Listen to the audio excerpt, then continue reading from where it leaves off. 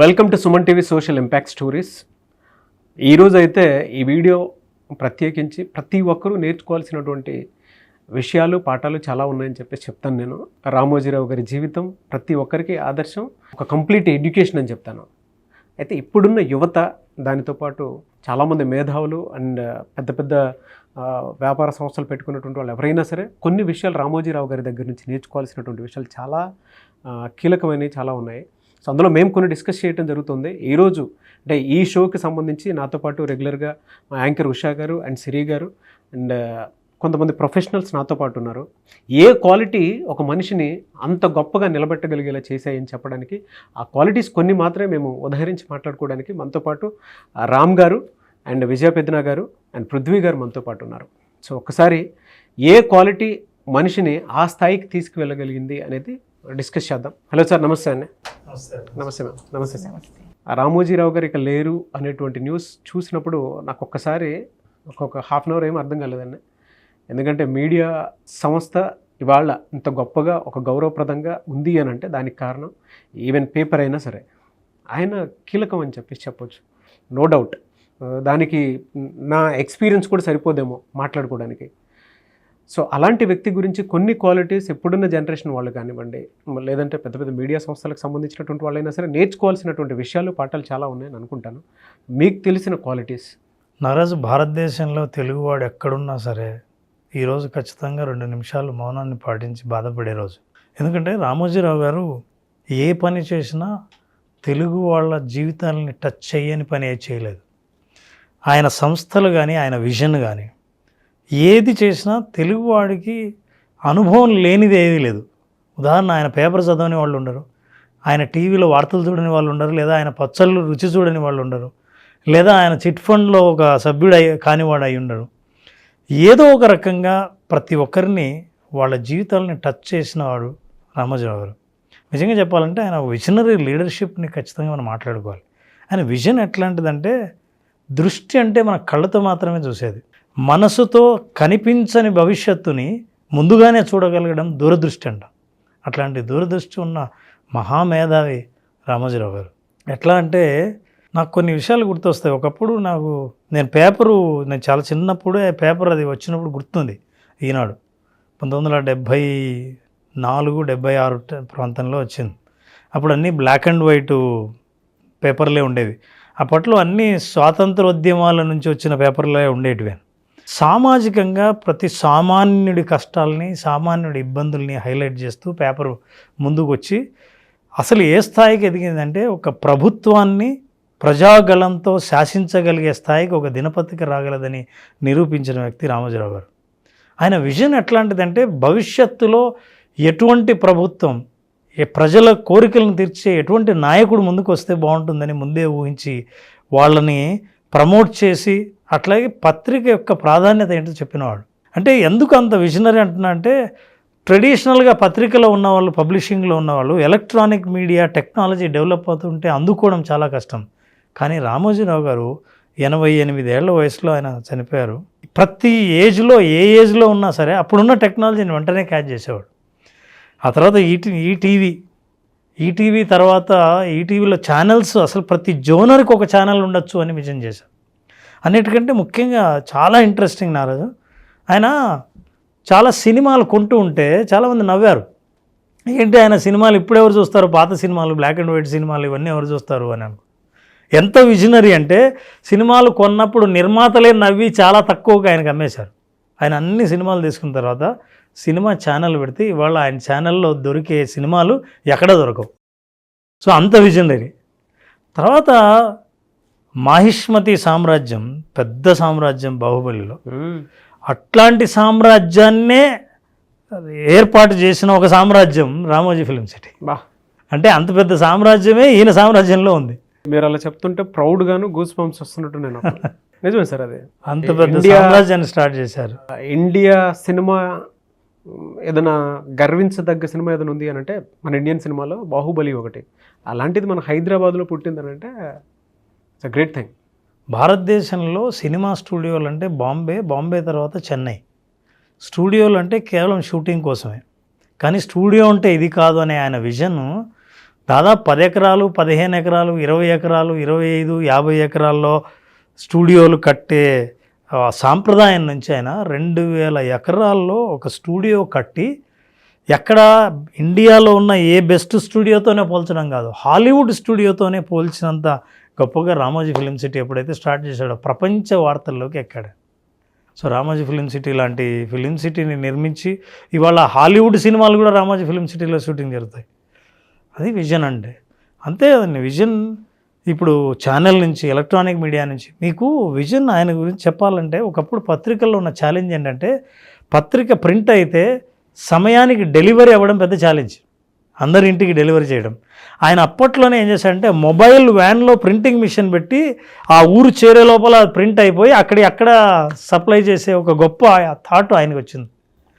దాని తర్వాత టెక్నాలజీ పెరిగి అక్కడ పడితే ప్రతి స్టేట్లోనూ, ప్రతి ఊళ్ళోనూ, ప్రతి చిన్న గ్రామంలోనూ ఒక పబ్లిషింగ్ హౌస్ పెట్టారు, ఒక ప్రింటింగ్ ప్రెస్ పెట్టారు. సో ఆయన సినిమాలన్నీ ఈ రోజు వరకు కూడా రామోజీ సంస్థ నుంచి వచ్చే ఉషా కిరణ్ మూవీస్ సినిమా అంటే కుటుంబం అంతా కూర్చొని చూడవచ్చు. ఏ పాట విన్నా, అందులో ఏ కాన్సెప్ట్ అయినా సరే ప్రతి ఒక్కరూ మళ్ళీ వాళ్ళు పాత రోజులకు పోయినట్లుంటుంది, బాగా కుటుంబంతో కనెక్ట్ అవుతారు. ఇంత గొప్పగా ఇన్స్పైర్ చేసిన అతన్ని తలుచుకోవడం నిజంగా చాలా అదృష్టం నారాజు. I feel proud. ఆయన విజన్ ఈ తరానికి 10% ఉన్నా సరే అద్భుతమైన భవిష్యత్తును సృష్టించగలరు, బంగారు బాటలు వేయచ్చు. అంటే మీ పాయింట్ ఆఫ్ వ్యూ నుంచి ఒక 3 క్వాలిటీస్ చెప్పండి అని అంటే ఏం చెప్తారు? అంటే విజనరీ, ఆయన గొప్ప విజనరీ, అందరూ డౌటే లేదు. ఎంటర్ప్రీనియర్షిప్. ఓకే. ఆ ఎంటర్ప్రీనియర్షిప్లో ఊరికే మనం ఈనాడే అనుకుంటాం. ఈనాడు సంస్థలను స్టార్ట్ చేస్తే ఫిలిం సిటీస్ ఎక్కడ, ఛానల్ ఎక్కడ, పచ్చళ్ళు ఎక్కడ, లేకపోతే మన చిట్ ఫండ్ కంపెనీలు ఎక్కడ. సో ఇట్లాంటి ఆ ఎంటర్ప్రీనియర్ స్కిల్స్ చాలా అద్భుతంగా ఉన్నాయని. సో నారాజు మనం మాట్లాడుతుంటే విజనరీ లీడర్షిప్ అయింది ఒకటి, రెండవది ఎంటర్ప్రీనియర్ స్కిల్స్ గురించి మనం మాట్లాడాం. ఆ తర్వాత ఇన్నోవేటివ్నెస్. ఇందాక నేను చెప్పిన పబ్లిషింగ్ మొబైల్ వ్యాన్లో ప్రింట్ చేయడం అనేది చాలా ఇన్నోవేటివ్ థాట్. అంతేకాదు ఇప్పుడు ఏ ఛానల్ అయితే వెబ్ సిరీస్లు అందించే ప్లాట్ఫామ్స్ ఏవైతే ఉన్నాయో వాటన్నిటికీ ధీటుగా తగ్గకుండా అన్ని నంబర్ ఆఫ్ ఛానల్స్ ఒకే సంస్థ నుంచి ఉన్నవి ఒక ఈనాడే. అన్ని సంస్థలు ఒకే చోటు నుంచి అన్నీ లేవు. ఎవరికి కావాల్సినది వాళ్ళకి, వంట కావాల్సింటే వంట, ఆరోగ్యం కావాలంటే ఆరోగ్యం, మీరు జనరల్ న్యూస్ కావాలంటే న్యూస్, ఎంటర్టైన్మెంటు, సీరియల్స్, ఏది కావాలంటే వాళ్ళ పిల్లలతో సహా వాళ్ళందరికీ అందించగలగవచ్చు అని ఎప్పుడో ముందే ఆయన ఆలోచించాడు. సో అంత గొప్ప ఇన్నోవేటివ్ థింకింగ్ ఉన్న వ్యక్తి. ఇవన్నీ ఒక్క మనిషిలో సాధ్యం కాదు. ఆయన ఆ ఇన్నోవేటివ్నెస్ని ప్రతి చోట చూపిస్తూ వచ్చారు. సో ఆ ఈనాడు అనే బ్రాండ్ కానీ, రామోజీ సంస్థలని కానీ, ఇంకోటి అండి, మీరు ఏదైనా సరే ఆయన ఇన్నోవేటివ్నెస్ ఎట్లా ఉంటుందంటే, ఏ ప్రోడక్ట్ ఇంట్రడ్యూస్ చేసినా ఈ ప్రోడక్ట్ గురించి చెప్పే కంటే ఇది రామోజీ సంస్థల నుంచి వచ్చిందంటే ఒక్క మాటలో సరిపోతుంది, ఇంకెవరు ప్రశ్నించరు. సో రామ్ గారు చెప్పినట్టుగానే ఈటీవీ ఈనాడు ప్రోడక్ట్ అంటే నేను అక్కడ ఎక్స్పీరియన్స్ చేస్తున్నాను కాబట్టి చెప్తున్నాను. Discipline and time punctuality. ఇవాళకి ఏదైనా ఒక టైం ఒకళ్ళు చెప్పారు అంటే దానికి ఒక నిమిషం ముందుండే అలవాటు నాకు అక్కడి నుంచి వచ్చిందని చెప్పుకోవచ్చు. ఆయన ఇవాళ ప్రస్తుతానికి లేకపోయినా ఈనాడు రూపంలో, ఈటీవీ రూపంలో ఎప్పటికీ చిరస్థాయిగా ఉండిపోతారని చెప్పుకోవచ్చు. సో రామ్ సార్ చెప్పినట్టుగానే కొన్ని క్వాలిటీస్ అనేవి నేర్చుకోవాల్సిన అవసరం ఈ జనరేషన్ వాళ్ళకి చాలా ఉన్నాయి. సో మీరు కూడా ఎంతో కొంత ఎక్స్పీరియన్స్ ఆయన చూసి ఉండొచ్చు ఆ రోజుల్లో కొన్ని విషయాలు. ఇవాళ ఆయన మన మధ్య లేకపోయినా ఆయన్ని ఎవరు మర్చిపోతారు అనేది అసలు ఎవ్వరికీ సందేహమే లేదు. ఆయన చిరస్థాయిగా, ఆయన పేర్లు అట్లా చిరస్థాయిగా చిరకాలం నిలిచిపోతాయి. కాకపోతే ఏంటంటే నాకు పర్సనల్గా ఆయన్ని కలిసే అదృష్టం కానీ అవకాశం కానీ రాలేదు. బట్ ఆయనని కలవలేదు అనే ఫీలింగ్ ఏ రోజు లేదు. ఎందుకంటే నేను పుట్టి ఫస్ట్ చదివిన మాటలు వచ్చిన తర్వాత మొదట చదివిన పేపర్ ఈనాడే. సో అలా ఇందాక రామ్ గారు అన్నట్టు మన జీవితాల్లో ప్రతి చోట ఆయన యొక్క ప్రోడక్ట్స్ ఉన్నాయి. పొద్దున్న 6ంటికి వచ్చే పేపర్తో మొదలు పెడితే, తినే పచ్చళ్ళతో మొదలు పెడితే, చూసే ఎంటర్టైన్మెంట్ ఛానల్స్తో మొదలు పెడితే, సో ఆయన్ని అంటే మనం ఆయన్ని కలవలేకపోవచ్చు కానీ ఆయన మనతో పాటే ప్రతిరోజు ప్రతి ప్రోడక్ట్లోనూ ఆయన మనతో పాటే ఉంటున్నారు. సో ఆయన గురించి ఆయన అంటే బిజినెస్ పరంగా కానీ లేకపోతే ఆయన వ్యక్తిగా ఆయన్ని గురించి చెప్పాలంటే కానీ కొన్ని లక్షణాలు నేను మాట్లాడతాను ఇప్పుడు. Commitment to quality. ఇప్పుడు చాలామంది బిజినెస్ చేస్తారు. బిజినెస్ అనేది మన అంటే ఒక మార్కెట్లో మనకు ప్రతి ఒక్కళ్ళు చేసేదే. బట్ బిజినెస్ అంటే స్థిరంగా ఉండాలి, 10 కాలాల పాటు ఉండాలి, చిరకాలం నిలబడగలగాలి, దాని గురించి ప్రజలు మాట్లాడుకోవాలి అంటే మాత్రం అందులో క్వాలిటీ ఉండి తీరాల్సిందే. లేతే ఏదో అత్యవసర బిజినెస్లో ఒక 10 మొదలుపెట్టి క్వాలిటీ లేకుండా చేస్తే అవి అట్లాగే వెళ్ళిపోతూ ఉంటాయి. సో ఇప్పుడు క్వాలిటీ గురించి మాట్లాడితే ఒక పేపరే తీసుకుందాం. పేపర్ క్వాలిటీ, మీరు అప్పటికే చాలా దినపత్రికలు ఉన్నాయి, అలాగే వేరే రాష్ట్రాల పేపర్లు కూడా ఉన్నాయి. మనకి వేరే ఈనాడు రాకముందు ఆంధ్రజ్యోతి, ఆంధ్రప్రభ, ఆంధ్రభూమి ఇలాంటివి, ఇంకా విశాలాంధ్ర ఇలాంటివి కూడా ఉండేవి. ఆంధ్రపత్రిక ఇంకా బాగా స్వాతంత్రోద్యమం నుంచి ఉన్న పత్రిక.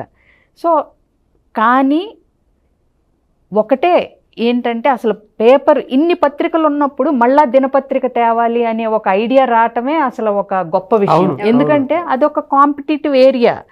కానీ స్పేస్ ఎలా వెతుక్కోవాలి అనేది ఆయన దగ్గర మనం తెలుసుకోవాల్సిన విషయం. ఎందుకంటే ఆయన కూర్చోబెట్టి పేపర్ స్టార్ట్ చేద్దామని మీటింగ్ పెట్టినప్పుడు యంగ్స్టర్స్ని, అంటే కొత్త రక్తం, ఉత్సాహం ఉరకలేస్తున్న వాళ్ళని తీసుకుని పిలిచి ఏం చేద్దామని అడిగితే వాళ్ళు ఇదేంటి ఆయన చెప్పాలి కదా, మనల్ని అడుగుతున్నారు ఏంటి అనుకున్నప్పుడు ఆయన చెప్పిన ఒకటే మాట, ఇది నేను చదివాను ఎక్కడో, కొన్ని కోట్ల మంది ఉన్నప్పుడు, అప్పటికి 6 కోట్లు ఉన్నారో లేదో మనకు ఐడియా లేదు, ఇన్ని కోట్ల మందిలో చదవటం వచ్చింది ఎంతమందికి అని ఆయన చెప్పిన లెక్క ప్రకారం అప్పటికి 1 కోటి మందికే పేపర్ చదివే అలవాటు ఉంది అని ఆయన రీసెర్చ్ చేశారు. 1 కోటి మందిలో ఈ ఆల్రెడీ ఉన్న పత్రికలు ఎంతమందికి రీచ్ అవుతున్నాయి అని ఆయన రీసెర్చ్ చేసినప్పుడు 10 లక్షల మందికి మాత్రమే పేపర్ చదివే అలవాటు, ఈ పేపర్లు సర్క్యులేషను రీచ్ అయ్యేది అని ఆయన తెలుసుకున్నప్పుడు ఆయన చెప్పింది ఒకటే మాట, సో మన టార్గెట్ 90 లక్షలు. That's it. అదే స్పేస్ వెతుక్కోవటం అంటే. క్రియేటింగ్ స్పేస్, ఫైండింగ్ స్పేస్, ఎక్కడ ఉంది మనకి అడుగు పెట్టే అవకాశం అనేది చూసుకోగలగటం అనేది ఇవాళ బిజినెస్ పాఠాల్లో మొదట అంటే నేర్చుకోవాల్సిన విషయం. ఇలా స్పేస్ చూసుకుని అడుగు పెడుతున్నప్పుడు ఆల్రెడీ ఉన్నప్పుడు కాంపిటీషను, మరి నువ్వు ఏ క్వాలిటీతో అంటే ఏ బేసిస్ మీద నువ్వు వాళ్ళని దాటి ముందుకెళ్ళి 90 lakhsని టార్గెట్ చేయాలి అంటే ఆబ్వియస్గా క్వాలిటీ ఉండాలి. సో నిజం చెప్పాలంటే వసుంధర అని ఒక మహిళా పేజ్ వచ్చింది ఆయనతో ఆ పేపర్లో. అంటే ఏంటి, ఏం చేస్తే ఇంకా రీచ్ ఉంటుంది మనకి, ఎలాంటి క్వాలిటీ మెయింటైన్ చేయాలి, కొత్త కొత్త ఐడియాస్ ఏవి ఇవ్వాలి ఉండే పేపర్లోనే. ప్లస్ అన్నిటికీ కరోనా తర్వాత అందరూ పేపర్ చాలా కాలం మానేసాం మనం. మళ్ళా పేపర్ వద్దు, మొబైల్స్లో చదవటం, టీవీల్లో చూడటం, న్యూస్ వచ్చిన తర్వాత ఇవాళ పేపర్ తెప్పించేవాళ్ళు నిజం చెప్పాలంటే తగ్గిపోయారు. నేను పేపర్ తెప్పించుకుంటున్నాను, ఈనాడు పేపరు, ఓన్లీ ఒకే ఒక్క కారణం ఏంటంటే ఈనాడు ఆదివారం పుస్తకం. సో ఆదివారం పుస్తకం మిగతా పేపర్స్లో కూడా ఉంది, కానీ మీరు ఇప్పుడే ఒక 4 బుక్స్ తెప్పించి చదవండి. ఈనాడు పుస్తకంలో ఉన్న కథ నేర్పే విలువలు కానీ అందులో ఉన్న ఇది కానీ నేను నా సైకాలజీ క్లాసెస్కి ఎన్నోసార్లు ఆ కథలని ఉదహరించి వాడుకోవటం జరిగింది. ఉషాకి బాగా తెలుసు, పుస్తకంలో చదివాను, ఈనాడు బుక్లో చదివాను అని కూడా మెన్షన్ చేసిన రోజులు ఉన్నాయి నేను. సో అత్తాకోడళ్ళ కథలు కానీ ఏదైనా సరే ఒకటి హార్ట్ టచింగ్గా మన మనసుకి హత్తుకునేలాగా ఆ బుక్ లో కథ చదివితే ఆ రోజుకి ఏదో ఒక మెసేజ్ ఉంటుంది, అందులో ఒక విలువ ఉంటుంది అందులో. సో అట్లా విలువలతో కూడిన వ్యాపారం చేయటం అనేది కూడా ఆయన దగ్గర నుంచి చాలా మంది నేర్చుకోవాలి. సోషల్ రెస్పాన్సిబిలిటీ టువర్డ్స్, అంటే కంప్లీట్గా మీరు సైకాలజీ మాట్లాడారు కదా, అది ఎంత పెద్ద అంటే నేను ఏదైనా కొంచెం ఆ కోణంలోకే చూడటం అనేది అలవాటు అయిపోతుంది కదా. ఎగ్జాక్ట్లీ. సో నేను ఈరోజు చెప్తున్నాను కదా, నేను ఈనాడు పేపర్ తెప్పించేది ఆ పుస్తకం కోసమే. నేను ఆ కథ చదివి కొన్ని పజిల్స్ అవి చేసేసి చిన్న చిన్నవి కనుక్కోండి, తేడాలు కనుక్కోండి, ఇవన్నీ కూడా బుర్ర షార్ప్గా ఉంటాయని చేసి మా నాన్నగారి కింద బుక్ కోసం వెయిట్ చేస్తూ ఉంటారు. ఎందుకు అనుకుంటున్నారు? లాస్ట్ పేజీలో ఉన్న పద వినోదం చేయటానికి. సో ఇట్లా నేను అనేది ప్రతి ఇంటిని ప్రతి వ్యక్తిని ఏదో ఒక ఆయన interest ని స్పృశించారు. create చేశారు. ఆయన మీరు మాట్లాడుతుంటే మన తెలుగుతనం ఉండేటువంటి అంటే మన తెలుగులో ఉండేటువంటి గొప్పతనం ఏదైతే ఉందో ఆ తెలుగుతనం రామోజీరావు గారి రూపంలో ఎలా వచ్చిందేమో అనుకునేటువంటి ఆలోచన బలంగా తగులుతుందండి. అవును. నిజంగా ఆ తెలుగు చచ్చిపోకుండా కాపాడుతున్నాడంటే పత్రిక ప్రధాన కారణం. అవును. ఇంకా మనం మాట్లాడాల్సి వస్తే వర్క్ ఎథిక్స్ అంటే చేసే పని పట్ల ఎంత నిబద్ధత, ఎంత కమిట్మెంటు, విలువలతో ఎట్లా చెయ్యాలి ఒక వ్యాపారాన్ని అనేది కూడా ఆయన దగ్గర నుంచి నేర్చుకోవచ్చు. ఒక ఉదాహరణ విన్నాను నేను. పేపర్ పెట్టిన కొత్తలో ఎవరో ఒక ఆకతాయిగా వెళ్ళిపోయి రిజల్ట్స్ రిలీజ్ అయిన రోజు, 10th క్లాస్ రిజల్ట్స్ వచ్చిన రోజు ఒక అబ్బాయి వెళ్ళి మా బాబాయ్ కొడుకే స్టేట్ ఫస్ట్ వచ్చిందని చెప్పి ఒక ఫోటో ఇచ్చేసి వచ్చేసాడంట. సో రిపోర్టర్స్కి జనరల్గా ఎట్లా ఉంటుందంటే, ఆహా వెంటనే మనకి న్యూస్ దొరికిపోయింది అని చెప్పి దాని పూర్వాపరాలు పరిశీలించకుండా అది ప్రచురించారు. ఒక తప్పు న్యూస్ వస్తే పేపర్కి ఎంత రెప్యుటేషన్ బ్యాడ్ అవుతుందనేది మనందరికీ తెలిసిన విషయమే. దాన్ని రామోజీరావు గారు అంటే ఎట్లా ఆయన ఎథిక్స్, కమిట్మెంట్ అనేది రాజమండ్రి వెళ్ళి ఆ రిపోర్టర్తో మాట్లాడి ఆ ఇచ్చింది అబ్బాయి ఎవరని కనుక్కుని అతన్ని పిలిచి, బాబు ఇట్లా చేస్తే ఇట్లా అవుతుంది, మళ్ళీ రిపీట్ చేయకండి, ఇది ఇట్లా అంటే సమాజంలోకి ఇట్లా వెళుతుంది కాబట్టి మీరు ప్రాంక్స్ ప్లే చేస్తే ఎలాంటి ఇబ్బందులు వస్తాయి అనేది ఆ అబ్బాయికి కూర్చోబెట్టి చెప్పి రిపోర్టర్కి కూడా అంటే వచ్చింది నిజమా కాదా కన్ఫర్మ్ చేసుకుని వెయ్యాలి అనేది పర్సనల్గా వెళ్ళి చెప్పారు అని అంటే మళ్ళీ మళ్ళీ ఇలాంటివి పునరావృతం కాకూడదు మన పేపర్లో అనేది మొగ్గలోనే తుంచాలి అనే వర్క్ ఎథిక్స్ అదొకటి మాట్లాడుతుంది మనకి. అంటే లీడర్షిప్ క్వాలిటీ అండి అసలు నిజంగా ఎంత కన్సర్న్ అని అంటే నా క్వాలిటీ చచ్చిపోకూడదని చెప్పి కన్విన్స్ చేసి ఇది అని ఫ్యూచర్ చూపించగలిగే ఇప్పుడు ఆయన తలుచుకుంటే ఏ ల్యాండ్ లైన్ ఫోన్ నుంచి పోయినప్పుడు మొబైల్స్ లేకపోయినా ల్యాండ్ లైన్లు ఉన్నాయి కదా, ఎవరో ఒకళ్ళకి అప్పు చెప్పొచ్చు, ఆ అబ్బాయిని ఏదో ఒకటి చేయండి కోప్పడండి అని చెప్పి. బట్ ఆయన వెళ్ళారు అంటే that should be an example for future mistakes అవ్వకుండా ఉండటానికి, that should be the example అనేది ఆయన చేసి చూపించారు. సో రామోజీరావు గారే వచ్చారు అంటే నెక్స్ట్ నుంచి అందరూ ఒళ్ళు దగ్గర పెట్టుకుని అమ్మో మన న్యూస్ కరెక్టా కాదా, మనం ఆ ఫేక్ న్యూస్ లేకుండా మనం దాని ఒరిజినాలిటీని, దాని రియాలిటీని మనం చెక్ చేసుకుంటున్నామా లేదా, ఇందులో ఎంత నిజం ఉంది, నిజాయితీ ఉంది, అది ప్రతి ఒక్క ఎంప్లాయీకి ఆయన చెప్పకనే చెప్పినట్టు. అంతే కదా. So that is work ethics. ఇకపోతే నాకు ఇంకొక లక్షణం చాలా ఆయనలోంచి నేర్చుకోవాలనిపించేది ఏంటంటే రెసిలియన్స్.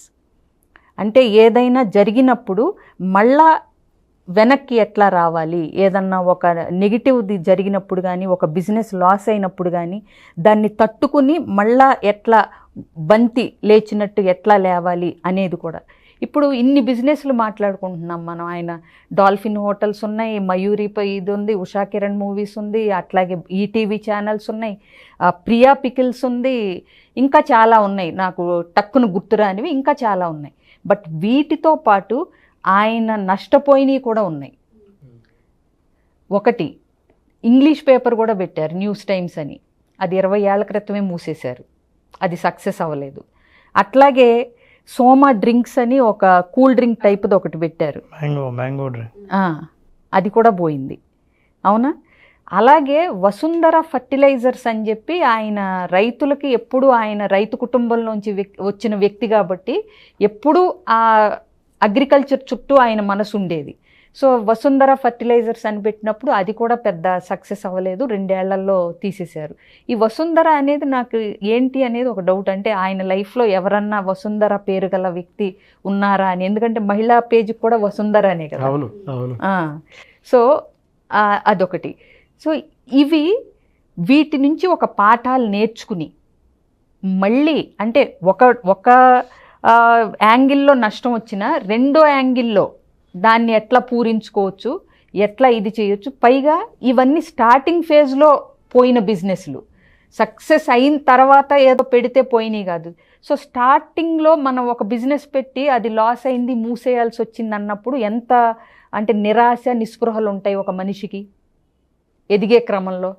కానీ తన మీద తనకు నమ్మకంతో ఓకే ఇది కాకపోతే ఇంకొకటి, ఇందులో ఎలా వెళ్ళాలి, ఇందులో అయిన నష్టాలు వేరే దాంట్లో ఎలా పూరించుకోవాలి అనేది తెలుసుకోవటం, ఒక తప్పటడుగు పడినప్పుడు మళ్ళీ దాన్ని సరిచేసుకుని ఒక విజయపు అడుగులు ఎట్లా వెయ్యాలి అనేది ఆలోచన ఉండటం అనేది ఎప్పుడైనా సరే ఆ రెసిలియన్స్ నేచర్ ఉన్నవాళ్ళు ఏంటంటే ఒక్క దగ్గర ఆగిపోరు. సో ముందు చూపు అనేది చూస్తూ ఉంటాం మనం. అందుకే is a great motivator, Margadarsi. Exactly. Chit funds ఇందాక నేను చెప్పిన లిస్ట్లో రాలేదు కదా. చిట్ ఫండ్ స్టార్ట్ చేసినప్పుడు ఆడవాళ్ళ చిట్టీలు టైప్ బిజినెస్ ఏంటి అని ఎగతాళి చేసినట్టు చేసిన వాళ్ళు ఉన్నారు. అలాగే ప్రియా ఫుడ్స్ పెట్టి పచ్చళ్ళు చేస్తున్నప్పుడు విమర్శకులు పచ్చళ్ళు అమ్మటం ఏంటన్నారు.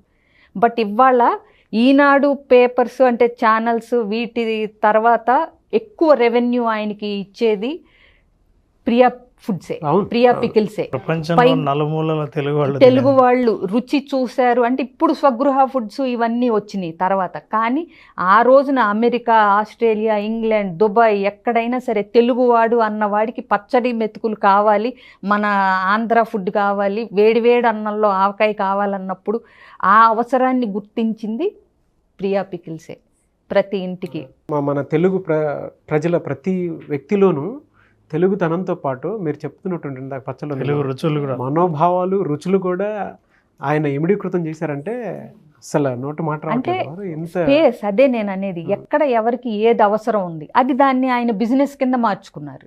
మహిళలకి ఇంకా దగ్గరైన ఇంకో బిజినెస్ ఉందని కళాంజలి. మిమ్మల్ని అడిగే కన్నా ముందు సార్, నా ఎక్స్పీరియన్స్ని షేర్ చేయాలనుకుంటున్నాను. ఒక ఆర్జేగా ట్రైనింగ్ తీసుకొని అక్కడ నేను పనిచేసిన విధానం చూస్తే అక్కడున్న వర్క్ ఎథిక్స్ కావచ్చు, కమిట్మెంట్ కావచ్చు, పంచువాలిటీ కావచ్చు, డిసిప్లిన్ కావచ్చు, టైమ్ సెన్స్ కావచ్చు, ఇలా ఒక్కటని కాదు ఎన్నో క్వాలిటీస్ అక్కడ నేను నేర్చుకోవడం జరిగింది. అండ్ ఈ రోజు ఇక్కడ లేరు అన్న అసలు ఆ థాటే లేదు నాకు. బికాస్ ప్రతి ఒక్కరి ఇంట్లో ఏదో ఒక రూపంలో వారైతే ఉండడం జరిగింది. ఇంత గొప్ప ఫిలాంథ్రోపిస్ట్గా ఎదగడానికి రీజన్స్ ఏంటి సార్? ఆయన స్టార్టింగ్ లైఫ్ నుంచి చూసుకుంటే అమ్మా, ఆయన స్కూల్లో ఆయన పేరు రామ్మోహన్ రావు, రామారావు ఏదో ఉంది, వాళ్ళ తాతగారి పేరు రామయ్య. నా పేరు రామయ్య కాదు, నా పేరు రామోజీరావు అని ప్రకటించుకున్నాడు. అంటే అప్పట్లో అది ఎప్పుడో 1935లోను 40స్లోను, బిఫోర్ ఇండిపెండెన్స్లో నా పేరు రామోజీరావు. తండ్రి పిలిచి, ఏంటి నీ పేరు రామోజీరావు కాదు కదరా, ఎందుకు ఇట్లా చేసా? స్కూల్ వాళ్ళు వచ్చి నాకు కంప్లైంట్ ఒకటి ఇచ్చారు. ఏంటిది అంటే, నాకు మోడ్రానిటీ కావాలి, నాకు ఇది ఓల్డ్ ఏజ్గా కనపడుతుంది రామయ్య అనే పేరు. నా పేరు రామోజీరావు కింద ప్రకటించుకున్నాను. అప్పట్లో ఈ వెస్ట్ బెంగాల్ ఇన్ఫ్లుయెన్స్ ఉండేది పాలిటిక్స్లో కానీ ఎవరికైనా సరే, ఈ బెనర్జీస్, చటర్జీస్, ఆ పేరుకి ఈక్వల్గా తన పేరు వెళ్ళాలి అంటే అప్పుడు ఉన్న యూత్, సుభాష్ చంద్రబోస్ వాళ్ళందరూ ఉన్న యూత్ అంతా కూడా ఆ యూత్ ఇన్స్పిరేషన్లో ఉండేటువంటి వర్డింగ్ ఆయన ఎత్తుకుని నా పేరు రామోజీరావు అని చెప్పేసి ప్రకటించుకొని, ఆ తర్వాత నుంచి ఎవరైనా పిలిస్తే రామయ్య అని పిలిస్తే పలికేవారు కాదట. నా పేరు రామోజీరావు అండి, రామయ్య కాదండి. అంటే ఆయనకున్న విజన్ చూసుకుంటే ఇప్పుడు ఉన్నటువంటి పిల్లలందరూ కూడా చాలా నేర్చుకోవాలమ్మా. ఎంత నేర్చుకోవాలంటే, ఆయన ఇక్కడ గుడివాడలో ఆయన డిగ్రీ కంప్లీట్ అయిన తర్వాత ఈ got his own confidence that డెఫినెట్గా నాకు జాబ్ వస్తుందని బిల్లా వెళ్ళారు. ఆయన బిల్లా వెళ్తే ఉద్యోగం సెలెక్ట్ అవ్వలేదు. ట్రైన్లో ఆయన పడిన మదన ఈ రోజున ఆయన మన మార్గదర్శి అయ్యారు. ట్రైన్లో వస్తా ఏంటి నేను ఫెయిల్ అవటం ఏంటి? ఇప్పుడు ఎవరైనా పిల్లలు ఉన్నారనుకోండి, ఎగ్జామ్ పోయింది, ఉద్యోగం రాలేదు, లేకపోతే ఇంకోటి రాలేదు, వెంటనే నెక్స్ట్ ఏం చేస్తారు? మానేయటమా, లేకపోతే సూసైడ్ చేసుకుంటాం? ఇది కాదు. ఆయన గురించి తెలుసుకుంటే ప్రతి వాడికి ఒక ఇన్స్పిరేషన్ ఉంటుందమ్మా. నేను ఒక ఎంటర్ప్రెన్యూర్ కావాలా, నేను మార్గదర్శి కావాలా, నేను ఏది పెడితే అది ఖచ్చితంగా సక్సెస్ రేట్కి వెళ్ళేటువంటి ఒక ఫౌండర్ కావాలని చెప్పేసి ఆ రోజు నిర్ణయించుకున్నారమ్మా ఆయన. ఆ రోజు నిర్ణయించుకుని తర్వాత ఒక యాడ్ ఏజెన్సీస్లో ఏదో పనిచేసినప్పుడు అక్కడ క్షుణ్ణంగా వెరిఫై చేసుకున్నారు ఆయన. బిజినెస్ ఎట్లా నడుస్తుంది, ఎట్లా చేసుకోవాలి. కొన్నాళ్ళకి దాన్ని ఆపేశారు. ఇప్పుడు కూర్చుని ఆలోచించారు, ఇప్పుడు ఏంటి, నేను ఏదైనా కొత్తది మొదలు పెట్టాలి అంటే ఒక ప్లాట్ఫామ్ కావాలి. ప్లాట్ఫామ్ అన్నది ఏంటంటే నాతో పాటు డెవలప్ అయ్యేటువంటి ఒక సిటీ కావాలి అని విశాఖపట్నాన్ని ఎంచుకున్నారు. విశాఖపట్నం పోర్ట్ సిటీ ఖచ్చితంగా ఇది డెవలప్ అవుద్ది. అప్పటికే మెడ్రాస్ డెవలప్ అయిపోయింది, హైదరాబాద్ ఒక మోస్తరు డెవలప్ అయింది, బెంగళూరు డెవలప్ అయింది. విశాఖపట్నం డెవలప్ అయ్యేటువంటి ఛాన్స్ ప్రతి కోణంలో చూసుకున్నా ఉంది. అప్పుడు 1956లో వచ్చిన విశాఖపట్నం, ఆంధ్ర స్టేట్కి వచ్చిన విశాఖపట్నం ఖచ్చితంగా ఎదుగుతుందని చెప్పి వెంటనే అక్కడికి వెళ్ళేసరికి ఇక్కడ హోటల్ బిజినెస్ పెడదాం అనుకునేసరికి అప్పటికే ఆల్రెడీ ఎస్టాబ్లిష్డ్ హోటల్స్ ఉన్నాయి. ఆయన వెంటనే డాల్ఫిన్ హోటల్ స్టార్ట్ చేశారు. అక్కడ డాల్ఫిన్ హోటల్ స్టార్ట్ చేసి ఆయన అంటే ఒకటి కాదు తక్కువ వెంటనే షిఫ్ట్ అవటం, ఒక 3 తోటి ఆగిపోవడం కదమ్మా. ఇది ఈ బిజినెస్ స్టార్ట్ అయింది, రన్నింగ్ అవుతుంది, నెక్స్ట్ ఇంకో దానికి వెళ్ళాలి. అక్కడ కూర్చుని ఆయన ఆలోచించింది ఏంటంటే ఇక్కడ పేపర్ ఇండస్ట్రీ మీద నేను ఫోకస్ చేయాలి. అప్పటికే మార్గదర్శిలో he established himself. First industry Margadarsi అయినా సరే, ఆ మార్గదర్శిని ఎస్టాబ్లిష్ చేసుకున్నా సరే పేపర్ ఇండస్ట్రీ కావాలి. పేపర్ ఇండస్ట్రీ కూడా నేను ఒక వినూత్నంగా రావాలంటే అప్పుడు ఆయన ఆలోచించింది ఏంటంటే పొద్దున్నే ఎర్లీ మార్నింగ్ పేపర్ ప్రతి వాడి ఇంటికి రావాలి. ఆ ఇంటికి అంటే వాళ్ళు లెగిసిన వెంటనే, బ్రష్ చేసిన వెంటనే, స్నానం చేసిన వెంటనే, లేదా బ్రష్ చేసిన వెంటనే పేపర్. మీరు చెప్తే నమ్ముతారో నమ్మరో, ఈ రోజుకి పేపర్ డోర్ ఓపెన్ చేసి పేపర్ ఎక్కి చూస్తాను వచ్చిందా రాలేదా, తర్వాత నేను బ్రష్కి వెళ్తాను. ఎందుకంటే పేపర్కి అటాచ్మెంట్. నాలాంటి వాళ్ళు ప్రతి వాళ్ళు ఉన్నారు. మేడం చెప్పారు ప్రతిరోజు ఈనాడు పేపర్ చదవకపోతే ఒక రకమైనటువంటి ఒక లేనిదనం, ఏదో క్వాలిటీ ఆఫ్ ద పేపర్ అమ్మా, క్వాలిటీ ఆఫ్ ద పేపర్ పెంచుకుంటూ వెళ్ళారు. ఈయనతో పాటు అంటే అప్పటి వరకు ఉండేటువంటి ఆంధ్రజ్యోతి, ఆంధ్రప్రభ ఇవన్నీ కూడా అప్పటికి శాసిస్తున్నాయి. కానీ ఈయన వచ్చిన తర్వాత ఈయన రోల్ మోడల్ అయ్యారు. ఎట్లా అనుకుంటున్నారు, దాంట్లో కొన్ని కాలమ్స్ ఉంటాయమ్మా, ఖచ్చితంగా దాంట్లో ఒక ఫన్ కామెడీ, ఒక చిన్న కార్టూన్ ఉండాలి. Cartoon mandatory. ప్రతిరోజు మేము అందరూ వెయిట్ చేసేవాళ్ళం. శ్రీధర్ కార్టూను, పాపా కార్టూను, లేకపోతే ఉండేది కాదు. మా ఇంట్లో దగ్గర 2-3 బుక్లెట్స్ ఉంటాయమ్మా టూకీగా గురించి. టూకీగా ఆ కాలం, ఎడిటోరియల్ కాలం ఏమైందంటే మెయిన్ కాలం అయిపోయింది. టూకీగా అంటే దాంట్లో ఖచ్చితంగా ఒక కాలంలో ఉండేటువంటి అక్కడ జనరల్గా ఏమంటే 3rd పేజ్ 4th పేజెస్లోనే ఏముందంటే ఎడిటోరియల్ పేజ్ ఉంటుంది. ఎడిటోరియల్ పేజెస్ చూడటం మానేశారు, టూకీగా ఏముంటుందో చూస్తూ మొదలుపెట్టారు. అట్లాగా ప్రతిదీ ఆయన ఒక రీసెర్చ్ చేసి దాన్ని ప్రకటించుకుంటాం. ఆ రకంగా ఈనాడుని ఒక ఎస్టాబ్లిష్ చేసిన తర్వాత ఆయన స్టార్ట్ చేసినంత మాకు రేకుల షెడ్లో స్టార్ట్ చేసినటువంటి ప్రెస్ ఇండస్ట్రీని ఈ రోజున ప్రతి జిల్లాలోనూ ఒక డిస్ట్రిక్ట్ హెడ్ క్వార్టర్ ఉండాలి. అక్కడ స్టాఫ్ ఉండాలి, స్టాఫ్ అందరికీ ఉండాలి. అప్పటివరకు స్టాఫ్ ఎవరికి లేరమ్మా. ఆయన ఓపెనింగ్ పేపర్ చెప్పనమ్మా 2 విషయాలు రాశారు. ఫస్ట్ది ప్రెసిడెంట్ ఆఫ్ అమెరికా దిగిపోయాడు, ఆమదాల వలసలో ఉండేటువంటి ఇది ఒక ఫెర్టిలైజర్ ఫ్యాక్టరీ మూతేశారు. అంటే ఇంటర్నేషనల్కి ఎంత ఇంపార్టెన్స్ ఇచ్చారో లోకల్ న్యూస్ కూడా ఈక్వల్ ఇంపార్టెన్స్ ఇచ్చారు. అంటే ఆ బ్యాలెన్సింగ్ ఇదంతా ప్రతి వాళ్ళు ఇప్పుడు ఉండేటువంటి వాళ్ళు మార్గదర్శిగా తీసుకోవాల్సిన ఈ విషయాలమ్మా. ఒక నవాలిటీగా నువ్వు కొత్తగా ఒకటి ఆలోచించు, సక్సెస్ రేట్ 100% ఉంటుంది. సిన్సియర్గా ఆలోచించు. మామూలుగా ఆయన ఫెయిల్యూర్స్ నుంచి సక్సెస్ చూసుకున్నారు. ఇందాక మేడం గారు చెప్పినట్టు ఆయన ఫెర్టిలైజర్ ఇండస్ట్రీ ఒకటి స్టార్ట్ చేశారు, క్లోజ్ చేశారు. నేను అక్కడతో వదల్లా, అన్నదాతకి ఏదైనా చేయాలి నేను ఖచ్చితంగా అని చెప్పి ఆయన మాసపత్రిక స్టార్ట్ చేశారు. ఆ మాసపత్రిక ఈరోజు కూడా మీకు వ్యవసాయంలో ఏంటంటే వాళ్ళు ఏ విత్తనాలు ఎప్పుడు వేయాలి, ఫెర్టిలైజర్స్ ఎప్పుడు చేయాలి, పెస్టిసైడ్స్ ఎప్పుడు వేయాలి తెలియదు. ఈరోజు కూడా అందరూ విలేజెస్లో చాలా మ్యాక్సిమం అందరు ఫార్మర్స్ కూడా దాన్ని వెరిఫై చేసుకుంటూ ఉంటారు. కొత్తగా ఏమొచ్చినాయి, డెవలప్మెంట్స్ ఏమొచ్చినాయి, వంగడాలు ఏమొచ్చినాయి అంటే ఇవన్నీ కూడా వెరిఫై చేసుకునే స్థాయి. అంటే రామోజీరావు లేని ఇల్లు లేదు అని చెప్పొచ్చు. ఈరోజు క్యాలెండర్ లేదు, రామోజీ క్యాలెండర్ ఏమొస్తుంది రామోజీ గారు దాంట్లో చూసుకుంటాం. Even though he's a communist అయినా సరే హీఈస్ ఇన్స్పైరర్. కమ్యూనిస్ట్ అయినా సరే అందరికీ కూడా క్యాలెండరు, ఆస్ట్రానమీ అన్నీ ఈరోజుకి ప్రతి వాళ్ళు అది ఓపెన్ చేసి ఒకసారి చూడండి అంటే అంత ఇన్స్పైరర్గా ఎక్కడ ఫెయిల్యూర్ అవ్వలేదమ్మా. Failure not in the stage of telling that పడిపోలేదు, ఫెయిల్ అవ్వలేదు కాదు, ఆయన ప్లాన్స్లో ఎప్పుడు ఫెయిల్ అవ్వాలి, ఎట్లా తీసుకెళ్ళాలి దీన్ని, ఎట్లాగా. ఫిలిం ఇండస్ట్రీకి ఏమైనా తక్కువ సేవ చేశారు ఆయన.